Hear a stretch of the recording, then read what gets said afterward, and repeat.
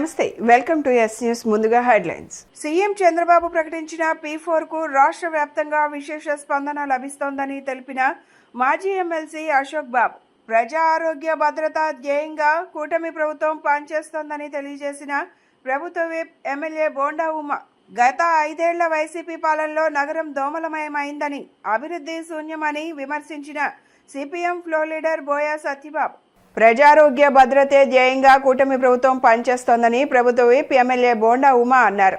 సకాలంలో సీఎంఆర్ఎఫ్ చెక్లను విడుదల చేసి ప్రజల ఆరోగ్యాన్ని కూటమి ప్రభుత్వం కాపాడుతుందని, గత ప్రభుత్వంలో సీఎంఆర్ఎఫ్ చెక్ల పంపిణీ నిర్లక్ష్యం చేశారని విమర్శలు గుప్పించారు. సింగినగర్లోని సెంట్రల్ నియోజకవర్గ శాసనసభ్యుల వారి కార్యాలయం నందు పలువురు లబ్ధిదారులకు ముఖ్యమంత్రి సహాయ నిధి చెక్లను ప్రభుత్వ విప్ సెంట్రల్ నియోజకవర్గ శాసనసభ్యులు బోండా ఉమామహేశ్వరరావు చేతుల మీదుగా అందించడం జరిగింది. ఈ సందర్భంగా ఆయన మాట్లాడుతూ, ఆంధ్రప్రదేశ్ రాష్ట్ర ముఖ్యమంత్రి నారా చంద్రబాబు నాయుడు చేస్తున్న కృషి వల్ల రాష్ట్రం సుభిక్షంగా ఉందని, అభివృద్ధి పదంలో ముందుకు వెళ్తుందని చెప్పారు. అదేవిధంగా రాష్ట్రంలో కూటమి ప్రభుత్వం అధికారంలోకి వచ్చిన తరువాత సూపర్ 6తో ప్రజలకు సకాలంలో అన్ని పథకాలను అందించగలిగామని, నిర్లక్ష్యానికి గురైన సెంట్రల్ నియోజకవర్గం అభివృద్ధి పదంలో నడిపిస్తున్నామని చెప్పారు. గత ప్రభుత్వం సీఎంఆర్ఎఫ్ పంపిణీ కావాలని నిర్లక్ష్యం చేసిందని విమర్శలు గుప్పించారు. సెంట్రల్ నియోజకవర్గంలో ప్రజల నుంచి వచ్చినటువంటి ప్రతి సమస్యకి, ప్రతి అర్జీకి జవాబుదారీతనంగా మా డివిజన్ పార్టీ నాయకులు కానీ, శాసనసభ్యుడు కార్యాలయం, ఎమ్మెల్యే కార్యాలయం కానీ నిరంతరం కూడా పనిచేస్తాం. ఇవాళ ప్రతి శుక్రవారం జరిగే ప్రజా దర్బార్లో అనేక అర్జీలు వస్తూ ఉన్నాయి. ప్రతి అర్జీకి కూడా జవాబుదారీతనంగా పనిచేస్తూ ఉన్నాం.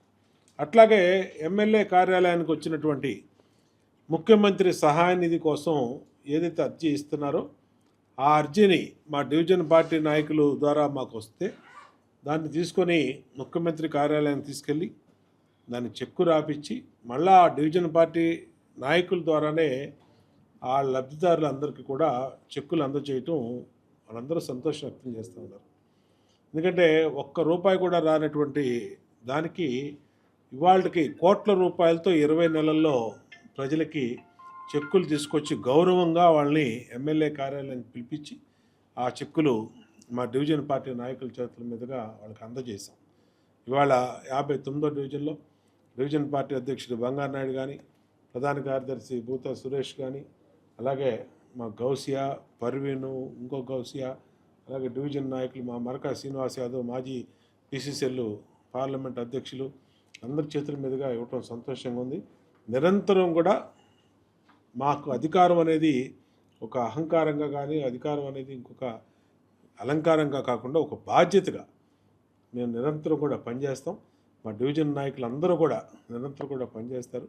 కాబట్టి ప్రజల సమస్యలకి పరిష్కారం చూపగలుగుతామో చాలా సంతోషంగా ఉందని తెలియజేస్తాం. రాష్ట్రంలో కూటమి ప్రభుత్వం అధికారంలోకి వచ్చిన తరువాత అభివృద్ధి పదంలో దూసుకు వెళ్తోందని ప్రభుత్వ whip central MLA Bonda Umamaheswara Rao అన్నారు. విజయవాడ సెంట్రల్ నియోజకవర్గాన్ని మోడల్ నియోజకవర్గంగా తీర్చిదిద్దడమే కూటమి ప్రభుత్వ లక్ష్యమని తెలిపారు.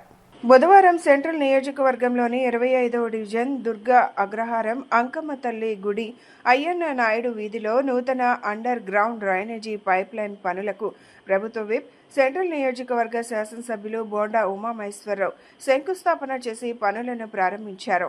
ఈ సందర్భంగా బోండా ఉమా మాట్లాడుతూ, 2024 ఎన్నికల్లో ప్రజలు తమను ఎమ్మెల్యేగా ఆశీర్వదించిన తర్వాత ముఖ్యమంత్రి నారా చంద్రబాబు నాయుడు నాయకత్వంలో సెంట్రల్ నియోజకవర్గంలో అభివృద్ధి కార్యక్రమాలను నిరంతరంగా కొనసాగిస్తున్నామని తెలిపారు. గత 20 నెలల కాలంలో సెంట్రల్ నియోజకవర్గ అభివృద్ధి కోసం 300 కోట్లకు పైగా నిధులు కేటాయించి పలు అభివృద్ధి కార్యక్రమాలు చేపట్టినట్లు, నియోజకవర్గంలోని ప్రతి ప్రాంతంలో ప్రజలు ఎదుర్కొంటున్న సమస్యలను గుర్తించి అధికారులతో చర్చించి వెంటనే నిధులు కేటాయించి టెండర్లు పిలిపించి పనులను పూర్తి చేసే విధంగా చర్యలు తీసుకుంటున్నామని తెలిపారు. 2024 ఎన్నికల్లో నేను శాసనసభ్యుడిగా ఎన్నికైనాక, చంద్రబాబు నాయుడు గారు ముఖ్యమంత్రి అయినాక నిరంతరం కూడా నియోజకవర్గంలో అభివృద్ధి పనులు కొనసాగుతూ ఉన్నాయి. ఎక్కడెక్కడైతే పెండింగ్ ఉన్నాయో వర్క్లన్నింటిని కూడా టేకప్ చేశాం. ఇప్పటికీ 300 కోట్ల పైన ఈ 20 నెలల్లో ఈ నియోజకవర్గ అభివృద్ధికి కేటాయించాం. ఇంకా ఒక నిరంతర ప్రక్రియగా ఎక్కడెక్కడ ప్రతి రోడ్లో సమస్యల్ని తెలుసుకుంటూ ఉన్నాం. ఆ సమస్యలు పరిష్కారానికి అధికారులతో మాట్లాడి వెంటనే దానికి నిధులు కేటాయించి టెండర్లు పిలిచి వర్కులు కంప్లీట్ చేస్తూ ఉన్నాం. ఇక్కడ అయ్యన్న వారి వీధిలో మరి దాదాపు అనేక సంవత్సరాలుగా ఇబ్బంది పడుతున్నటువంటి డ్రైనేజీ గత ప్రభుత్వం నాసిరకం వర్కులు చేసి తూతు మంత్రంగా ఈ డ్రైనేజ్ చేయటం వల్ల మరి ఎప్పటికప్పుడు పొంగిపోయి బ్లాక్ అయిపోయి ఈ ప్రాంత వాసులందరూ కూడా ఇబ్బంది పడుతున్నటువంటి సమయంలో మరి ఈ డివిజన్లో మా డివిజన్ అధ్యక్షుడు గోపి కానీ మా పావని అలాగే మా పార్టీ నాయకులు సామ్రాజ్యం గారి వీళ్ళందరూ కూడా మా దృష్టికి తీసుకొస్తే వెంటనే దాని మీద చర్యలు చేపట్టాం. ఇవాళ 40 లక్షల రూపాయలు 20 లక్షల రూపాయలతో డ్రైనేజీ పనులు 20 లక్షల రూపాయలతో మంచినీటి పైప్ లైన్ పనులు కూడా శాంక్షన్ చేసాం. చాలా సంతోషంగా ఉంది. ప్రతి రోడ్లో సమస్యలు తీర్చే విధంగా ముందుకెళ్తా ఉన్నాం. ప్రజా దర్బారు ప్రతి శుక్రవారం నిర్వహించినప్పుడు ప్రజలకు కూడా విజ్ఞప్తి చేస్తూ ఉన్నాం. ఎక్కడైనా మా దృష్టికి రాని సమస్యలు ఉంటే మీరు ఆ ప్రజా దర్బార్ని ఉపయోగించుకోండి. దాంట్లో మీరు ఆ సమయాన్ని మీరు ఒక చిన్న అర్జీ పెట్టుకుంటే ఒక జవాబుదారీతనంగా ఎమ్మెల్యే కార్యాలయం పనిచేస్తుంది. ఈ ప్రభుత్వం పనిచేస్తూ ఉంది, అధికారులు పనిచేస్తూ ఉన్నారు. ప్రజా దర్బార్లో వచ్చిన ప్రతి అర్జీకి సమాధానం ఇచ్చి ఆ సమస్యని పరిష్కరించే విధంగా ముందుకెళ్తున్నాం. కాబట్టి ప్రజలందరూ కూడా దాన్ని కూడా వినియోగించుకోవాలని కోరుతా ఉన్నాం. ఈ నిరంతర ప్రక్రియలో రాబోయే రోజుల్లో ఈ సెంట్రల్ నియోజకవర్గానికి ఒక మోడల్ నియోజకవర్గంగా తీర్చిదిద్దిన లక్ష్యంగా పనిచేస్తామని తెలియజేస్తాం. ఈరోజు ఈ దుర్గాగ్రహారం అయ్యన్నాడి వీధిలో నివసిస్తున్న నివాసితుల దాదాపుగా 25 సంవత్సరాల కళకు నిరీక్షణకు మౌనం వయసులో చొరవతో తెరపడడం జరిగింది. ఎన్నో సంవత్సరాల నుంచి ఈ రోడ్లో చాలా ఇబ్బందులు పడుతూ ఎంతోమంది నాయకులు వచ్చారు వెళ్ళారు, కానీ ఎవరూ వాళ్ళని పట్టించుకున్న నాదుడే లేడు. మా దృష్టికి తీసుకురాగా 2024 మొన్న ఎన్నికల ప్రచారంలో ఎమ్మెల్యే గారు ఖచ్చితంగా మీకు యూజీ లైన్ వేస్తామని చెప్పారు, కొత్త మంచినీటి లైన్ వేస్తామని చెప్పారు, సీసీ రోడ్ వేస్తామని చెప్పారు. ఈరోజు శంకుస్థాపనకి శ్రీకారం చుట్టుకోవడం జరిగింది. అంతేకాదు మా డివిజన్ నాయకత్వం నిత్యం మేము ప్రజల్లోనే ఉంటున్నాం, ప్రజా సమస్యలు కనుక్కొని మన ఎమ్మెల్యే భవనమ్మ దృష్టికి తీసుకెళ్ళి ఆ సమస్యలన్నింటినీ పరిష్కరిస్తున్నాం. ప్రజలు మీరు కూడా గుర్తుంచుకోవాలా, మీకు అందుబాటులో ఎవరు ఉంటున్నారు, మీ సమస్యలు ఎవరు పరిష్కరిస్తున్నారు అని మీరు కూడా గుర్తుంచుకోవాలని చెప్పి తెలియపరుస్తాం. జిల్లాలో రేషన్ బియ్యం మాఫియా అంతా దేవినేని అవినాష్ అనుచరులే అని ఎన్టీఆర్ జిల్లా టీడీపీ నాయకులు ఆరోపించారు. విజయవాడ నగరంలో దేవినేని అవినాష్ కుటుంబ సభ్యుల దోపిడీలు, కబ్జాలు, దౌర్జన్యాలు అందరికీ తెలుసునన్నారు. ఎంపీ కేశినేని చిన్నిపై అవాకులు చెవాకులు పేలితే సహించేది లేదని హెచ్చరించారు. వైసీపీ ఎన్టీఆర్ జిల్లా అధ్యక్షులు దేవినేని అవినాష్ ఎంపీ కేశినేని చిన్నిపై చేసిన ఆరోపణ నేపథ్యంలో ఎంపీ కార్యాలయంలో టీడీపీ నేతలు మీడియా సమావేశం నిర్వహించడం జరిగింది. ఈ సమావేశంలో ఎన్టీఆర్ జిల్లా మైనార్టీ సెల్ జిల్లా అధ్యక్షుడు ఎస్కే కరీముల్లా, టీఎన్ఎస్ఎఫ్ జిల్లా ప్రధాన కార్యదర్శి చరణ్ సాయి, ఎస్సీ సెల్ జిల్లా అధ్యక్షుడు సొంగ సంజయ్ వర్మ తదితరులు పాల్గొన్నారు. ఈ సమావేశంలో వారు మాట్లాడుతూ రేషన్ మాఫియా అంతా అవినాష్ అనుచరులేనని అన్నారు. దేవినేని అవినాష్ అనుచరుడు అయితే కిషోర్ బియ్యం మాఫియా కాదా అని ప్రశ్నించారు. దౌర్జన్యాలు, దోపిడీకి మారుపేరు దేవినేని అవినాష్ కుటుంబమని, చిన్ననాటి నుంచి కష్టపడి అనేక వ్యాపారాలు చేసి డబ్బు సంపాదించుకున్న చరిత్ర కేశినేని చిన్నిది అన్నారు. కేశినేని చిన్ని కాలిగోటికి కూడా జగన్ సరిపోడని, దోచుకొని దాచుకుని తినే దేవినేని అవినాష్ నోరు అదుపులో పెట్టుకోవాలని హెచ్చరించారు. నిన్న దేవినేని అవినాష్ అతని స్థాయి మర్చిపోయి వైఎస్ఆర్ కాంగ్రెస్ పార్టీ జిల్లా పార్టీ అధ్యక్షుని చేసిందనే ఒకే ఒక అహంకారంతో మన విజయవాడ ప్రజలు 2,83,000 మెజార్టీ ఇచ్చి గెలిపించుకున్న పార్లమెంటు సభ్యులు కేశినేని చిన్ని గారి గురించి తాను ఇష్టానుసారంగా మాట్లాడుతున్నాడు. ఎంపీ అంటే ఆయన దృష్టిలో మట్టి పేకాట అంట. జనాలు చేత్కరించుకుంటున్నారు. అవినాష్, చాలా పిచ్చి మాటలు మాట్లాడుతున్నావు. ఎందుకు ఈ మాట అనాల్సి వస్తుందంటే, మెంబర్ ఆఫ్ పార్లమెంట్ అంటే ఈ రాష్ట్రంలో ఒక గౌరవం ఉంటుంది. విజయవాడ పార్లమెంట్లో ఎన్నడూ లేని విధంగా 2,83,000 పైచిలుకు ఓట్లతో గెలిచిన ఏకైక వ్యక్తి విజయవాడ పార్లమెంటు సభ్యులు కేశినేని చిన్ని గారు. మీరు చూసుకున్నట్లయితే విజయవాడలో మెడికల్ క్యాంపులు, పేద పిల్లలకి ఫీజులు, పండగలకి అన్ని కులాల వారికి బట్టలు, 7 నియోజకవర్గాల్లో కూడా ఆనాడు వైసీపీ ప్రభుత్వంలో అన్నా క్యాంటీన్లు తీసేయడం జరిగింది. 7 నియోజకవర్గాల్లో కూడా వారి సొంత నిధులతో 7 మొబైల్ అన్నా క్యాంటీన్లు పెట్టి ప్రతి పేదవాడు భోజనం చేయాలి అని ఉచిత భోజన సదుపాయం కల్పించిన ఏకైక వ్యక్తి మా పార్లమెంటు సభ్యులు కేశినేని శివనాథ్ చిన్ని గారు. తాడేపల్లి ప్యాలెస్లో అనుకుంటా ఒక ఎన్టీఆర్ జిల్లాలో పేటీఎం కూలీ సంఘం అధ్యక్షుడు నిన్న 11 మినిట్స్ సిట్టింగ్ కామెడీ షో చేశాడు. ఈరోజు ఎన్టీఆర్ జిల్లాలో అక్రమాలు జరుగుతున్నాయి, అవినీతులు జరుగుతున్నాయి, ఎన్టీఆర్ జిల్లా భ్రష్టు పట్టిపోయింది, విజయవాడ అభివృద్ధి ఆగిపోయింది, ఈరోజు చాలా బాధేస్తుంది నాకని చెప్పి ఒక 11 మినిట్స్ కామెడీ షో నిర్వహించాడు ఆయన. ఈరోజు బహిరంగ చర్చకు మేము సిద్ధం, ఓపెన్ ఛాలెంజ్. ఈరోజు రాష్ట్రంలో కానీ అంతదాగెందుకు, ఈరోజు ఈ విజయవాడ నగరం అభివృద్ధి ఆపేసింది ఎవరు? ఆనాడు మేము చదువుకున్నాం, బ్రిటిష్ వాళ్ళు భారతదేశాన్ని దోచుకున్నారు, మొత్తం తీసుకెళ్ళిపోయారని చెప్పి. ఈరోజు ఇదే విజయవాడ నగరాన్ని నువ్వు నీ కుటుంబం ఏం చేసిందని మేము ప్రశ్నిస్తూ ఉన్నాం. మీరు కాదా విజయవాడ మొత్తం ఆస్తులన్నీ ఆక్రమించింది? ఈరోజు బెస్ట్ ప్రైజ్ కానీ విజయవాడ సెంటర్లో ఉన్న సౌత్ ఇండియా షాపింగ్ మాల్ కానీ నీ ఇంటి వెనక ఉన్న స్కూల్ ఏమైపోయింది? ఈరోజు ఇవన్నీ అక్రమంగా మీరు కాదా దోపిడీ చేసింది? దోపిడీలు, హత్యలు మొత్తం దోచుకొని మీ దొడ్డిలో ప్రతి విషయం కూడా ఈరోజు చిన్న పిల్లవాడి నుంచి చెరేపో మాపో చనిపోయే వృద్ధుడి వరకు కూడా ఈరోజు ఏలూరు రోడ్లో ప్రతి ఒక్క ఆస్తి మీరు ఎలా సంపాదించారో ఈరోజు విజయవాడ నగర జనానికి తెలీదా? కంటిలో ఒత్తిడి పెరుగుదలతో వచ్చే గ్లకోమా అంధత్వానికి దారితీస్తుందని, దీన్ని నివారించడానికి ప్రజల్లో అవగాహన కల్పించేందుకు అనేక కార్యక్రమాలు నిర్వహిస్తున్నట్లు తాడిగడపలోని ఎల్వి ప్రసాద్ కంటి ఆసుపత్రి కోడే వెంకటాద్రి చౌదరి క్యాంపస్ గ్లకోమా వైద్య నిపుణులు దీప్తి, సుకన్య, దివ్య తెలిపారు. ఈ నెల 8వ తేదీ నుంచి 14వ తేదీ వరకు గ్లకోమా అవగాహన వారోత్సవాలు నిర్వహించనున్నట్లు తెలిపారు. కంటి చూపు పోకుండా నీటి కాసులను ముందుగానే గుర్తించి చికిత్స ముందుగా ప్రారంభిస్తే కంటి చూపును కాపాడవచ్చని తెలిపారు. తాడిగడపలోని ఎల్వి ప్రసాద్ కంటి ఆసుపత్రి కోడే వెంకటాద్రి చౌదరి క్యాంపస్లో విలేకరుల సమావేశం నిర్వహించారు. ఈ సమావేశంలో గ్లకోమా వైద్య నిపుణులు దీప్తి, సుకన్య, దివ్య మాట్లాడుతూ ఈ నెల 8వ తేదీ నుంచి 14వ తేదీ వరకు గ్లకోమా అవగాహన వారోత్సవాలను నిర్వహిస్తున్నట్టు చెప్పారు. నీటి కాసులు అంటే కంటి నరంపై ఒత్తిడి పెరగడం వల్ల కంటి నరం డ్యామేజీ అవుతుందని అన్నారు. 40 ఏళ్లు దాటిన తరువాత క్రమం తప్పకుండా ఏడాదికి ఒకసారి పూర్తి కంటి పరీక్షలు చేయించుకోవాలన్నారు. కంట్లో ఒత్తిడి, గోనియోస్కోపీ, నరం పరీక్ష చేయించుకోవాలని, విజువల్ ఫీల్డ్ ఫంక్షన్ పరీక్ష అవసరమైన వారికి గ్లకోమా స్పెషలిస్టులు సజెస్ట్ చేస్తారన్నారు. గ్లకోమా అనేది 40 ఏళ్లు దాటిన తరువాత ఏ వయసు వారికైనా రావచ్చని, వంశపారపర్యంగా స్టెరాయిడ్స్ వినియోగం, కంటికి దెబ్బ తగలడం వల్ల కంటికి గతంలో ఆపరేషన్ జరిగిన వారికి కూడా వచ్చే అవకాశం ఉందన్నారు. చిన్న పిల్లల్లో కూడా గ్లకోమా వస్తోందన్నారు. 2 కళ్ళు పెద్దగా ఉండటం, ఒక కన్ను పెద్దగా ఉండటం, నల్లగుట్టు తెల్లగా ఉండటం, వెలుతురిని చూడలేకపోవడం, ఎక్కువగా ఏడవటం వంటి లక్షణాలు ఉంటే గ్లకోమా పరీక్షలు చేయించాలన్నారు.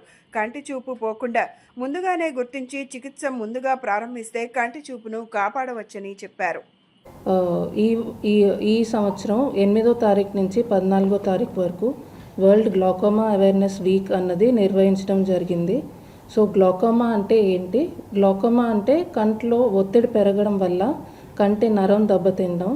సో గ్లాకోమా ఉంది అని ఒకరికి తెలీదు.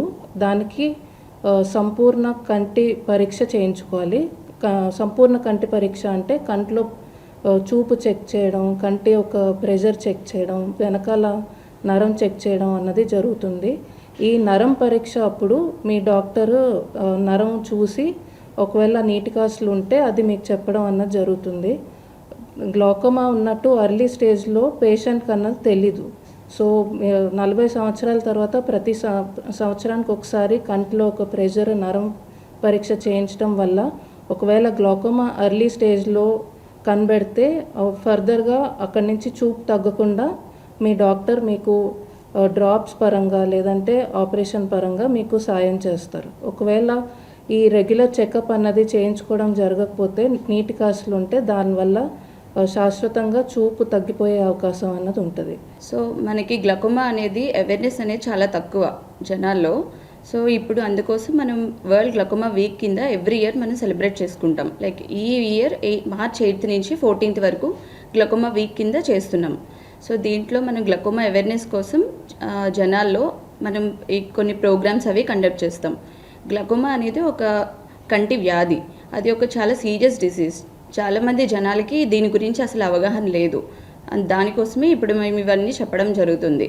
గ్లకోమా అంటే ఒక కంటి వ్యాధి, దాంట్లో కంట్లో ప్రెషర్ పెరగడం వల్ల వెనక కంటి నరం అనేది ఎఫెక్ట్ అవుతుంది.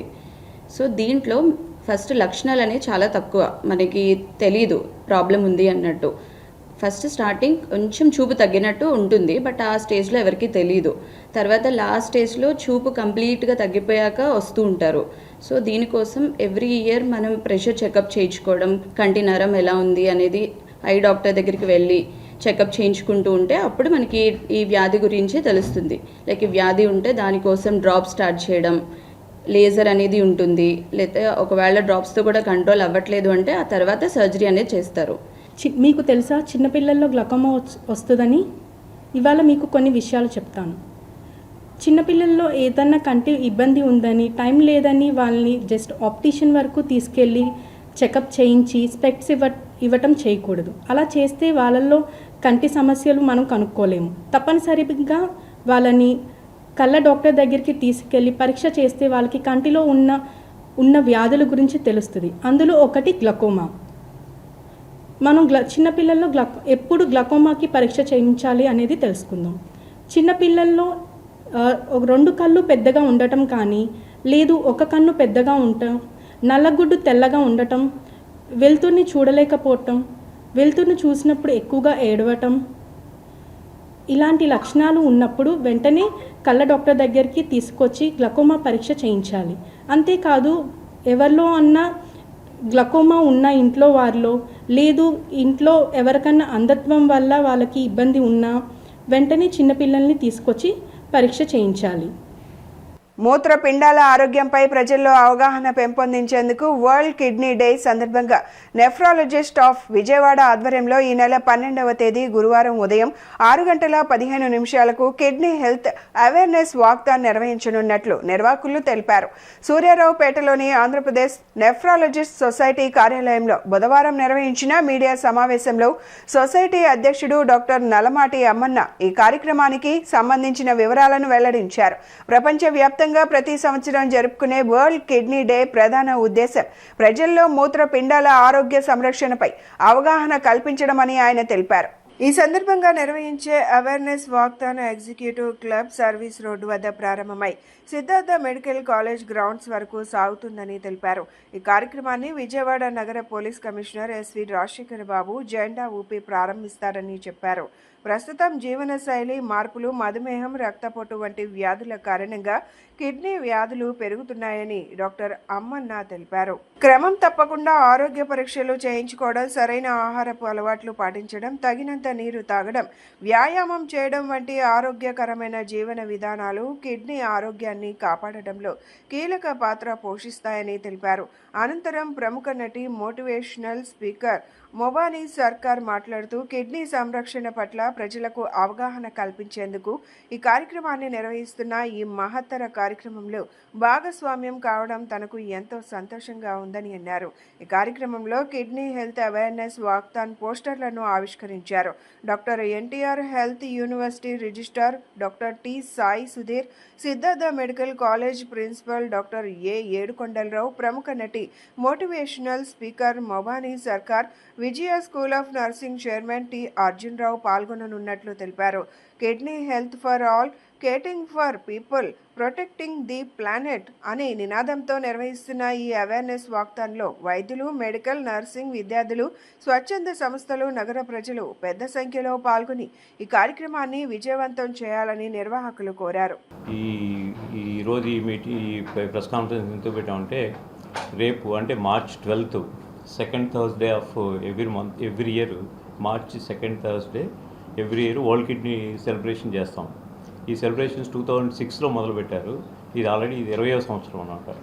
బేసిక్గా ఇది ఎందుకు చేస్తారంటే వరల్డ్ కిడ్నీ సెలబ్రేషన్స్ ఎందుకు చేస్తామంటే పేషెంట్స్కి కిడ్నీ హెల్త్ గురించి, కిడ్నీ గురించి వివరించి చెప్పడానికి పబ్లిక్ని అవేర్నెస్ పెంచడం కోసం, వాళ్ళకి అవగాహన పెంచడం కోసం చేసే కార్యక్రమం ఇది. ఈ కార్యక్రమాన్ని రేపు మార్నింగ్ మేము అక్కడ ఒక వాక్థాన్ లాగంటే ఒక 1000 మందితో ఒక నడక ఎగ్జిక్యూటివ్ క్లబ్ నుంచి సిద్ధార్థ మెడికల్ కాలేజ్ వరకు నడుస్తున్నాము. ఈ వాక్ని మన సిపి గారు రాజశేఖర్ బాబు గారు ఫ్లాగ్ ఆఫ్ చేస్తారు. అక్కడికి వెళ్ళిన తర్వాత సిద్ధార్థ మెడికల్ కాలేజ్లో university of health sciences registrar Sudheer Babu garu, అక్కడ ప్రిన్సిపల్ వై ఏడుకొండలరావు గారు, తర్వాత మేడం మోవాని సర్కార్, ఆవిడ పిసి సర్కార్ గారి మనవరాలు, పిసి సర్కార్ జూనియర్ గారు అమ్మాయి, actress Bengal and motivational speaker. ఆవిడని మేము అడిగితే పాపం ఆవిడ యాక్సెప్ట్ చేసి వచ్చారు ఇక్కడికి. ఆవిడ మిగిలిన నెఫ్రాలజిస్ట్, విజయవాడలో ఉన్న నెఫ్రాలజిస్టులు అందరూ కూడా ఈ కార్యక్రమంలో పాల్గొంటున్నారు. బేసిక్ ఏంటంటే ఈ వరల్డ్ హెల్త్ ఆర్గనైజేషన్ వాళ్ళు ఎవ్రీ ఇయర్ ఒక స్లోగన్ రిలీజ్ చేస్తారు. అంటే ఆ సంవత్సరం కిడ్నీ గురించి ఏం చెప్పాలి. ఈ సంవత్సరం ఏంటంటే కిడ్నీ హెల్త్ ఫర్ ఆల్, అంటే అందరికీ కిడ్నీ ఆరోగ్యము, కేరింగ్ ఫర్ ద పీపుల్, ప్రజల్ని సంరక్షించుకోవడం, దాని ద్వారా ప్రొటెక్టింగ్ ద ప్లానెట్, మన ప్లానెట్ని మనం సంరక్షించుకోవడం, అది ఈ సంవత్సరం ఇచ్చిన స్లోగన్. దీనికి సంబంధించి కొన్ని పాంప్లెట్స్ ఇవన్నీ రిలీజ్ చేస్తాము. రేపు మార్చి 12న వరల్డ్ కిడ్నీ డే సందర్భంగా రేపు మార్నింగ్ అరౌండ్ 7 నుంచి కూడా ఒక వాకథాన్ లాగా ప్రారంభిస్తున్నాము. Walk for your kidneys. బేసిక్గా కిడ్నీ హెల్త్ గురించి అవేర్నెస్ కోసం ఇది జరుపుతున్నాము. కిడ్నీలకు సంబంధించిన డిసీజెస్ సాధారణంగా ఏసిమ్టమాటిక్గా, అంటే అసలు ఎటువంటి లక్షణాలు లేకుండా ఉంటాయి. ఇటువంటివి తొందరగా బయటపడితే, ఎర్లీగా డిటెక్షన్ చేస్తే మనం కనుక్కోవడం అనేది కష్టమే అయినా కూడా వాళ్ళు సంరక్షించుకోవడము, కిడ్నీ డిసీజెస్ని ప్రోగ్రెషన్ని మనం ప్రివెంట్ చేయడము జరుగుతుంది. అందు గురించి అవేర్నెస్ అనేది చాలా ఇంపార్టెంట్ అందరికీ. అందు గురించి ప్రతి సంవత్సరము కూడా ఈ వరల్డ్ కిడ్నీ డే అనేది అవేర్నెస్ కోసం క్యాంపెయిన్ జరుగుతుంది. Walk for your kidneys. మీ కిడ్నీల గురించి మీరు తెలుసుకోవాలి.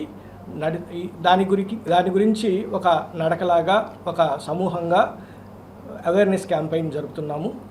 ఇది డాక్టర్ గారు చెప్పినట్లుగా కిడ్నీ హెల్త్ ఫర్ ఆల్, అందరికీ కిడ్నీ ఆరోగ్యం ఉండాలి.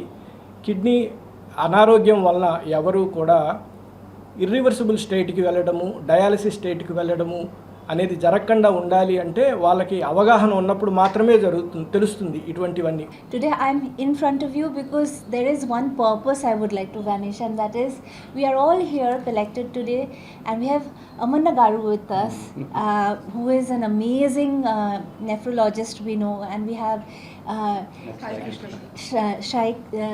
Sai Krishna ji. I just met him right now. They're all very talented people, magicians in their own rights, I would say, and the kind of magic that they perform, it's amazing. Sri Lakshmi is here also with me. So today, in such august presence, I would love to share that the 12th of March, which is గత 5 ఏళ్ల YCP పాలనలో నగరం దోమలమయమైందని, అభివృద్ధి శూన్యమని CPM floor leader బోయ సత్యబాబు విమర్శించారు. నగరానికి రావాల్సిన 1200 కోట్ల గ్రాంట్లను విడుదల చేయడంలో ఇరు పార్టీలు విఫలమయ్యాయని, రోడ్లను ప్రైవేట్ వ్యక్తులకు అప్పగించే ప్రయత్నం చేస్తున్నారని మండిపడ్డారు. విజయవాడ నగరాన్ని అమ్మేసేందుకు సిద్ధపడుతున్న ఇటువంటి అవినీతి పరుల నుంచి నగరాన్ని కాపాడుకోవాలని ఆయన ప్రజలకు పిలుపునిచ్చారు. విజయవాడ నగరపాలక సంస్థ కౌన్సిల్ చివరి సమావేశం సందర్భంగా సిపిఎం ఫ్లోర్ లీడర్ సత్యబాబు వినూత్న రీతిలో నిరసన వ్యక్తం చేశారు. నగరంలో దోమల బెడద విపరీతంగా పెరిగిపోయిందని, ప్రజలు ఎదుర్కొంటున్న ఇబ్బందులను పాలక వర్గానికి కళ్లకు కట్టినట్లు చూపేందుకు ఆయన దోమతెర చుట్టుకొని సభకు హాజరయ్యారు. ఈ సందర్భంగా ఆయన మాట్లాడుతూ గత 5 ఏళ్ల వైసీపీ పాలనలో నగరం దోమలమయమైందని, అభివృద్ధి శూన్యమని విమర్శించారు. నగరానికి రావాల్సిన 1200 కోట్ల గ్రాంట్లను విడుదల చేయడంలో ఇరు పార్టీలు విఫలమయ్యాయని, రోడ్లను ప్రైవేట్ వ్యక్తులకు అప్పగించే ప్రయత్నం చేస్తున్నారని మండిపడ్డారు. కృష్ణానది పక్కనే ఉన్న కృష్ణలంక, రాణిగారి తోట వంటి ప్రాంతాలకు గంట కూడా మంచినీరు సక్రమంగా అందడం లేదని ఆవేదన వ్యక్తం చేశారు. 2014 నుంచి ఇప్పటి వరకు ఇళ్లు లేని పేదలకు ఒక్క ఇల్లు కూడా మంజూరు చేయలేదని అన్నారు. గత 5 ఏళ్ల నగర ప్రజలపై పన్నుల భారం మోపి బాదుడే బాదుడు అన్నట్లుగా వ్యవహరించారని దుయ్యబట్టారు. టౌన్ ప్లానింగ్ నుంచి కార్మికుల నియామకం వరకు వైసీపీ, టీడీపీలు అవినీతిలో పోటీ పడుతున్నాయని ధ్వజమెత్తారు. నిధుల విడుదలపై కౌన్సిల్ సమావేశంలో సిపిఎం పక్షాన గళమెత్తుతామని సత్యబాబు స్పష్టం చేశారు. భారతదేశంలో హిందువులకు స్థానం లేకుండా చేయాలనే కుట్ర జరుగుతోందని విశ్వ హిందూ పరిషత్ ప్రతినిధులు అనుమానం వ్యక్తం చేశారు. కొంతమంది స్వార్థ ప్రయోజనాల కోసం మతాల పేరిట మనుషుల మధ్య విద్వేషాలను రెచ్చగొట్టి మారణకాండ సృష్టిస్తున్నారని మండిపడ్డారు. విజయవాడ వన్ టౌన్ నెహ్రూ బొమ్మ సెంటర్ నందు విశ్వ హిందూ పరిషత్ ఆధ్వర్యంలో ఢిల్లీ సంఘటనలో మృతి వరుణ్ అనే యువకుడి ఆత్మకు శాంతి చేకూరాలని శాంతియుతంగా నిర్వహించారు.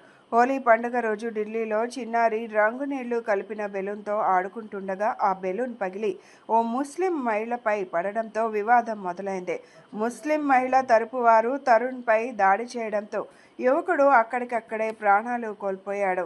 సోషలిజం గురించి ఉపన్యాసాలు ఏ ఒక్కరూ స్పందించకపోవడం బాధాకరమని అన్నారు. భారతదేశంలో హిందువులకు స్థానం లేకుండా చేయాలనే కుట్ర జరుగుతోందని అనుమానం వ్యక్తం చేశారు. కొంతమంది స్వార్థ ప్రయోజనాల కోసం మతాల పేరిట మనుషుల మధ్య విద్వేషాలను రెచ్చగొట్టి మారణకాండ సృష్టిస్తున్నారని మండిపడ్డారు.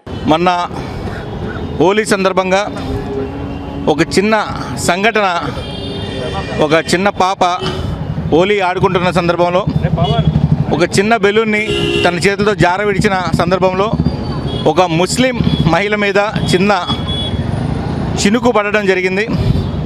దానిని కేవలం కారణంగా తీసుకొని మత ఛాందస్సవాదులు, జిహాదీ సంస్థలు ఒక్క ఇంటిని టార్గెట్ చేసి, ఒక్కరిని టార్గెట్ చేసి 40 మంది పిచ్చి కుక్కలలాగా ఎగబడి ఒక పులి మీద దాడి చేయడం జరిగింది.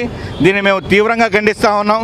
అదేవిధంగా ఈ యొక్క భారతదేశంలో జరిగిన సంఘటనని కనీసం ఈరోజు మాట్లాడి సెక్యులర్, మొన్నటి వరకు చాలామంది సెక్యులర్ మహా పోటీగాళ్ళు మాట్లాడారు, బన్ను కోసం మాట్లాడారు. ఇవాళ మనిషి చనిపోయాడు.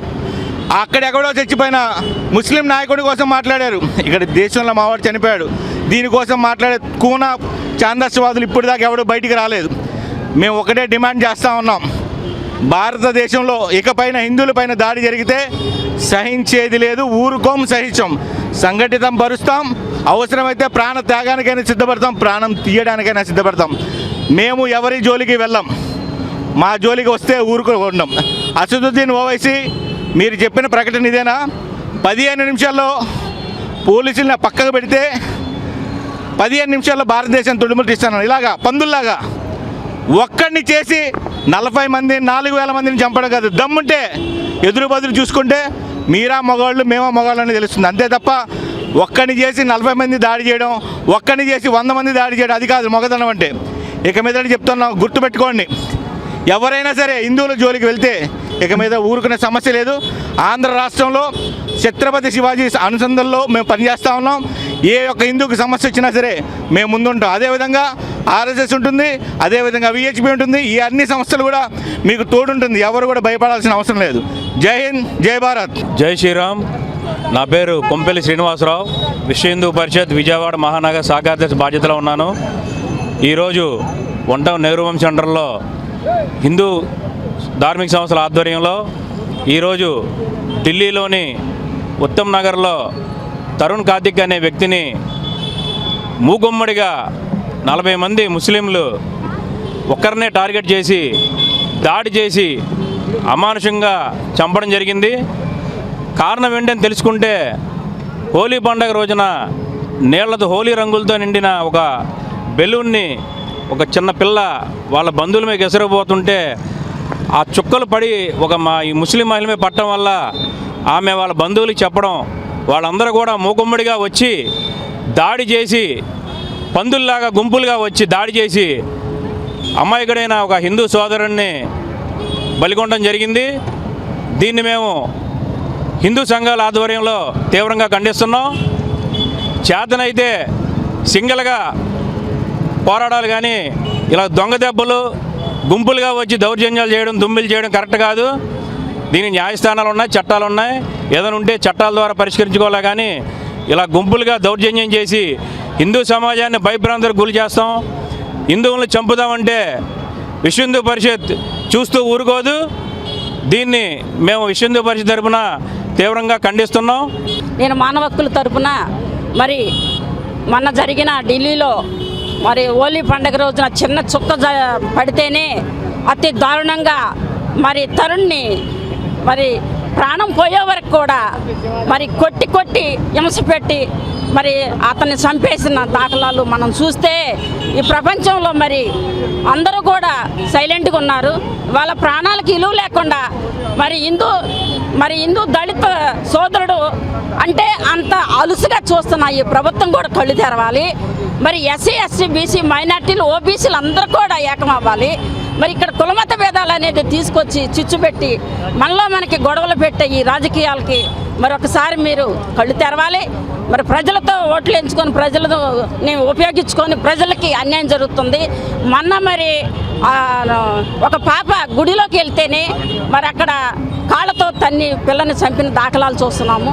అలాగే మరి ఢిల్లీలో జరిగిన సంఘటనలు రోజుకి ఎన్నో అత్యాచారాలు చూస్తున్నాం. కాబట్టి దయచేసి ప్రభుత్వం వెంటనే చర్య తీసుకోవాలి. ఢిల్లీ ప్రభుత్వం వెంటనే ఎవరైతే దోషులు ఉన్నారో వాళ్ళకి ఇమ్మీడియట్గా వాళ్ళని శిక్ష అంటే సరిపోదండి, పబ్లిక్లో ఎన్కౌంటర్ చేయాలి. ఎందుకంటే ఆ బిడ్డ మరి ఎంతో మనం చదువుకొని ఎంతో భవిష్యత్తు ఉండాల్సిన వాడు చిన్న చుక్కబడితేనే మీరు అంత దారుణంగా హింస పెట్టి చంపినారు. ఆ కుటుంబానికి ప్రభుత్వం ఉద్యోగం కల్పించాలి. సీఎం చంద్రబాబు ప్రకటించిన P4కు రాష్ట్ర వ్యాప్తంగా విశేష స్పందన లభిస్తోందని, ప్రతి ఒక్కరూ ముందుకు వచ్చే సేవా కార్యక్రమాలు నిర్వహించడం అభినందనీయమని మాజీ ఎమ్మెల్సీ అశోక్ బాబు పేర్కొన్నారు. ప్రభుత్వ పాఠశాలల్లో చదివే విద్యార్థినులకు సురక్షా సేవ చారిటబుల్ ట్రస్ట్ సైకిల్స్ పంపిణీ చేయడం ప్రశంసనీయమని తెలిపారు. ప్రభుత్వ పాఠశాలల్లో మౌలిక సదుపాయాల కల్పనకు విద్యార్థులను ప్రతిభావంతులుగా తీర్చిదిద్దడమే కూటమి ప్రభుత్వ లక్ష్యమని తెలియజేశారు. నాట్కో మ్యాడ్ ప్లస్ సాయి తేజ వారి సౌజన్యంతో సురక్షా సేవ ఆధ్వర్యంలో పేదింటి బాలికలకు సైకిళ్ల పంపిణీ కార్యక్రమం విజయవాడలోని గాయత్రి నగర్లో నిర్వహించారు. ఈ కార్యక్రమంలో మాజీ ఎమ్మెల్సీ అశోక్ బాబు, జనసేన పార్టీ నాయకుడు సుబ్బారాయుడు, ఛాంబర్ ఆఫ్ కామర్స్ అధ్యక్షుడు గడ్డం రవి, ట్రాఫిక్ సిఐ రామారావు, సురక్ష కన్వీనర్ నర్సయ్య పాల్గొన్నారు. 30 మంది బాలికలకు సైకిళ్లు, ఐరన్ ఫోలిక్ యాసిడ్ టాబ్లెట్లు పంపిణీ చేశారు. ఈ సందర్భంగా వారు మాట్లాడుతూ గ్రామీణ ప్రాంతాలు, సబర్బన్ ప్రాంతాల్లో ఆడపిల్లలు బస్సుల్లో స్కూళ్లకు వెళ్లాలంటే ఇబ్బందులు పడుతున్నారని చెప్పారు. వారికి ఇవ్వడం మంచి సాంప్రదాయమన్నారు. 80 లక్షల మంది విద్యార్థులు రాష్ట్రంలో ఉన్నారని అన్నారు. ప్రభుత్వం పెద్ద ఎత్తున చేస్తున్న ప్రైవేట్ స్వచ్ఛంద సంస్థల సహకారంతో అందించకపోతే ఊతం రాదన్నారు. భవిష్యత్తులో తాను కూడా ఈ కార్యక్రమాల్లో భాగస్వామ్యం అవుతానని తెలిపారు. ట్రాఫిక్ సిఐ రామారావు మాట్లాడుతూ సీఎం చంద్రబాబు సూచనల మేరకు P4 కార్యక్రమంలో భాగంగా సురక్ష అనే సేవా కార్యక్రమాలు చేస్తోందన్నారు. గతంలో 150 మందికి సైకిళ్లు ఇచ్చారని, వైద్య శిబిరాలు నిర్వహిస్తున్నారని, మున్ముందు మరిన్ని సేవా కార్యక్రమాలు చేయాలని ఆకాంక్షించారు. సురక్ష కన్వీనర్ నర్సయ్య మాట్లాడుతూ ట్రాఫిక్ నిబంధనలు పాటిస్తూ సైకిళ్లు నడపాలని, పేద విద్యార్థినులకు సైకిళ్లు ఇచ్చామన్నారు. గతంలో 150 సైకిళ్లు ఇచ్చామని, డ్రోన్స్తో 70,000 విత్తనాలు కొండలపై చల్లడం జరిగిందన్నారు. మెడికల్ క్యాంపులు నిర్వహించామని, మున్ముందు మరిన్ని సేవా కార్యక్రమాలు నిర్వహిస్తామని తెలిపారు. ఈరోజు బృహత్తమైన కార్యక్రమం. ఎందుకంటే మన సీఎం గారు చంద్రబాబు గారి యొక్క సూచనల మేరకు P4 అనే భాగస్వామ్యంతో ప్రజల్ని మమేకం చేయాలి, ప్రజల్ని చైతన్యవంతులు చేయాలనే ఉద్దేశంతో ఏదైతే తలపెట్టారో సీఎం గారు, దానిలో భాగంగా సురక్షా కమిటీ అనేది ఒక మంచి కార్యక్రమం. ఇది దానిలో భాగంగా సురక్ష అనేది ఏంటంటే ఎన్ని రకాలుగా సురక్ష చేయాలో అన్ని రకాలుగా చేస్తూ వస్తూ ఉన్నారు. దానిలో ఈరోజు జరిగినటువంటి ఈ కార్యక్రమంలో ఏదైతే పేద విద్యార్థులను గ్రహించి వాళ్ళని గుర్తించి వాళ్ళ యొక్క స్థితిగతులను గుర్తించి మా వంతు చేయూతనివ్వాలనే ఉద్దేశంతో చిన్న కార్యక్రమం కాదు ఇది పెద్ద కార్యక్రమం. ఎందుకంటే ఒక సైకిల్ మీద వెళ్ళి నడుచుకుని వెళ్ళే వాళ్ళకి మినిమం సైకిల్ మీద పంపించే ఆ ఆస్కారం వీళ్ళు కల్పించినందుకు సురక్ష కమిటీ కన్వీనర్ గారు అయినటువంటి నర్సయ్య గారికి, అట్లాగే ప్రోత్సహించినటువంటి కామర్స్ అండ్ పార్టీలకు అతీతంగా అందరూ కూడా, గాంధీ గారు, వీళ్ళందరూ కూడా, మురళి గారు, వీళ్ళందరూ ఉన్నారు. వీళ్ళందరూ కూడా ధన్యవాదాలు. ఈరోజు ప్రభుత్వ పాఠశాలలో చదువుతున్న ఆడపిల్లలకి 30 సైకిళ్ళు ఇవ్వడం జరిగింది. గతంలో కూడా ఈ సురక్ష సేవ బ్యానర్ మీద 150 సైకిళ్ళు కూడా ఇవ్వడం జరిగింది. ప్రభుత్వం ఎంత చేసినా కూడా ప్రత్యేకించి వైద్యంలో, విద్యలో ప్రైవేటు వ్యక్తుల సహకారం లేకుండా అది కంప్లీట్ కాదు. వాళ్ళ ప్రభుత్వం డ్రెస్ ఇస్తుంది, తర్వాత పుస్తకాలు ఇస్తుంది, ఫుడ్ ఇస్తుంది, అన్నీ ఇస్తుంది. కానీ ఇళ్ళ దగ్గర నుంచి 1 కిలోమీటర్ 2 కిలోమీటర్ దూరంలో ఉన్న ప్రత్యేకించి ఆడపిల్లలకి సైకిళ్ళు గతంలో ప్రభుత్వం ఇచ్చింది. అది 1924లో వాటిని పంచల కొన్ని వేల సైకిళ్ళు తుప్పుబడి పాడైపోయినాయి. అయితే ప్రైవేట్ సెక్టార్లో వ్యక్తులు కొంతమంది ముందుకొచ్చి ఇలా ఇవ్వడం అనేది చాలా హర్షించదగ్గ విషయం. మరి రూరల్ ఏరియాలో అంటే సిటీకి ఉన్న సబర్బన్ ఏరియాలో స్కూళ్ళల్లోకి వెళ్ళాలంటే ఆడపిల్లలు ఇబ్బంది పడతారు. ఎందుకంటే బస్సుల్లో వెళ్ళాలంటే చిన్న చిన్న పిల్లలు 4వ క్లాస్ 5వ క్లాస్ చదువుకున్న వాళ్ళకి ఉన్న ఇబ్బందులు వేరే ఉన్నాయి. కాబట్టి ఈ ప్రభుత్వం ఎంత చేసినా కూడా ఈ సైకిళ్ళు ఆడపిల్లకి ఇవ్వడం అనేది ఒక మంచి సాంప్రదాయం. అందరికీ నమస్కారాలు. ఈ రోజున P4లో భాగంగా సురక్షా సేవా సమితి వారి ఆధ్వర్యంలో, మన నరసయ్య గారి ఆధ్వర్యంలో ఈ కార్యక్రమాన్ని చేయడం జరుగుతుంది. దీనికి అతిథులుగా వచ్చినటువంటి ఎమ్మెల్సీ అశోక్ బాబు గారికి, చిన్నపాటి గాంధీ గారికి, రవి గారికి, సిఐ గారికి, మురళీ గారికి, మరి ఈ కార్యక్రమాన్ని చాలా చక్కగా చేస్తున్నారు. గతంలో కూడా దాదాపుగా 125 దాకా సైకిల్స్ ఇవ్వడం జరిగింది. సురక్షా బ్యానర్లో ఎన్నో కార్యక్రమాలు చేస్తున్నారు. అదే అశోక్ బాబు గారు చెప్పినట్టుగా ఒక గవర్నమెంట్ అన్నీ చేయలేదు, ప్రైవేటు భాగస్వామ్యం గారు ఉంటేనే ఏదైనా కూడా సాధ్యపడుతుంది. మరేంటి ఇలాంటి సేవా కార్యక్రమాలు ఇంకెన్నో నరసయ్య గారి ఆధ్వర్యంలో చేయాలని ఈ కార్యక్రమం నన్ను అతిథిగా పిలిచినందుకు వారికి ధన్యవాదాలు తెలియజేస్తూ సెలవు తీసుకుంటాను. బులెటిన్ ముగించే ముందు హెడ్లైన్స్ మరొకసారి. సీఎం చంద్రబాబు ప్రకటించిన P4కు రాష్ట్ర వ్యాప్తంగా విశేష స్పందన లభిస్తోందని తెలిపిన మాజీ ఎమ్మెల్సీ అశోక్ బాబు. ప్రజా ఆరోగ్య భద్రత ధ్యేయంగా కూటమి ప్రభుత్వం పనిచేస్తోందని తెలియజేసిన ప్రభుత్వ విప్ ఎమ్మెల్యే బోండా ఉమ. గత 5 ఏళ్ల వైసీపీ పాలనలో నగరం దోమలమయమైందని, అభివృద్ధి శూన్యమని విమర్శించిన CPM floor leader Boya Satyababu. ఇవి ఈనాటి bulletin updates. Keep watching S news.